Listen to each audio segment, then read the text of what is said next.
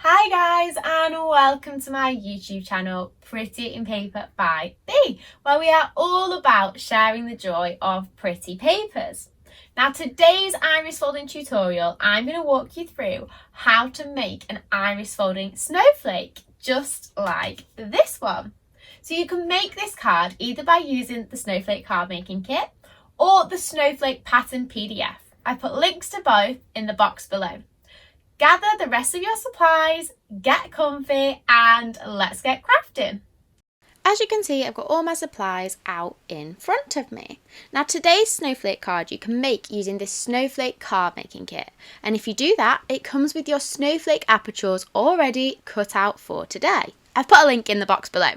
Alternatively, you can download the Snowflake PDF, which I've cut up into the separate pieces ready for today. Now I've cut a piece of card the same size as my card template, and I'm going to line this up, then use a blunt pencil to trace the outline of the snowflake, pressing into the card to create a small indentation line that we can follow. Now that I've got my indent line into the card, you should be able to see this, I'm ready to cut out my snowflake silhouette. So I've got my craft knife and my cutting mat ready. I'm going to place the card over the top of the cutting mat and follow that indent line using my craft knife. Once you've got your snowflake aperture ready, grab your iris folding pattern from the PDF or your card kit and then use a couple of pieces of blue tack to stick this to your table. So place a bit of blue tack on the back of your pattern and then push down nice and secure into your table. Just stops it moving throughout the iris folding process. Then you're going to do the same thing with your card aperture. So use a couple of pieces of blue tack again, keeping your snowflake aperture on the left, and then place over the top of your pattern so you can see all the lines and numbers through the middle. Perfect. Okay, now it's time to think about our pretty papers. Now as you can see, there's a pattern guide because we're going to use 5 different papers for today's snowflake. So I've chosen some colours and papers from my card kit, all to match this purple personalised card. And I'm going to cut into strips about 2 centimetres wide. You're probably going to need 2 or 3 per paper. Once you've got your paper strips ready, it's time to start folding. So following your pattern guide, decide which paper is A, B, C, D and E.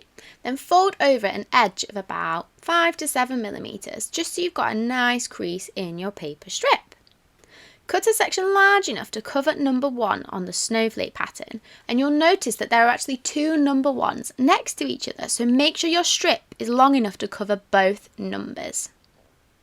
Secure in place with a couple of pieces of sticky tape, and then repeat the process around the snowflake, being mindful of where there are 2 of the same number, making sure your strips are long enough to cover both of these.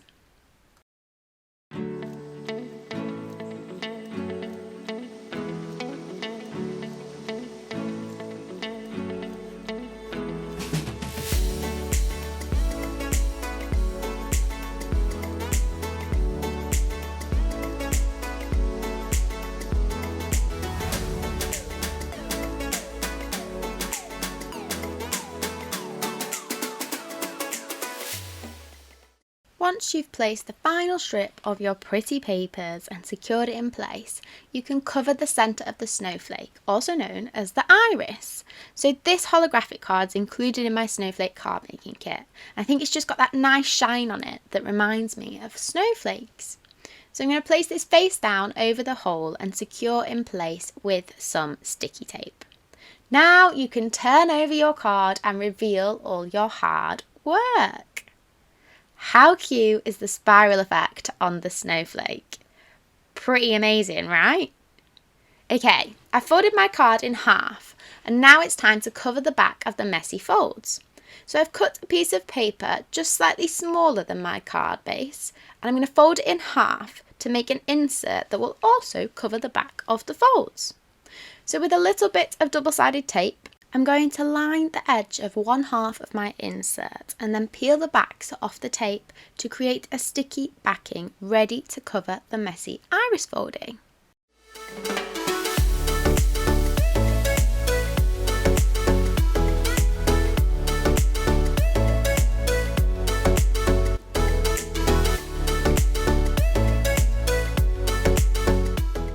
Once you've peeled the backs off all your tape, turn over your insert and line up the folded edge of the insert with the fold in the card, making sure it's central to the left side of the card base.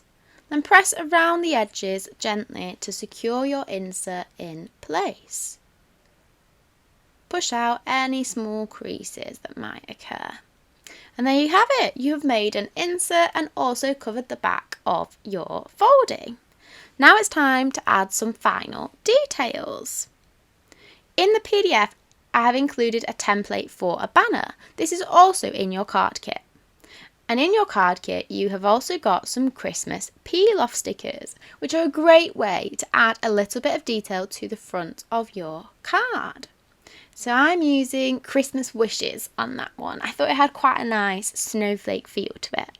So I'm just going to stick these on one of my banner shapes. And then in the card making kit, I've also included some alphabet sticker peel-offs, which are another great way to personalise your greetings cards. So I'm just going to place a few of these spelling out a friend's name.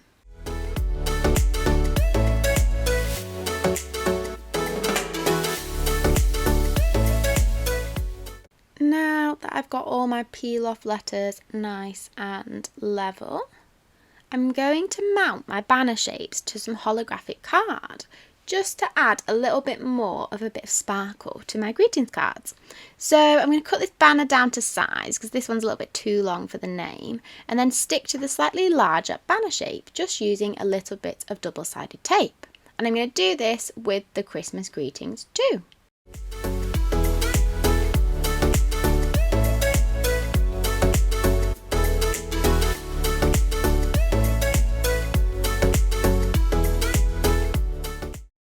Now that I have prepared my card banners, I'm just going to apply some more double-sided tape to the back of these and mount to the front of my card base.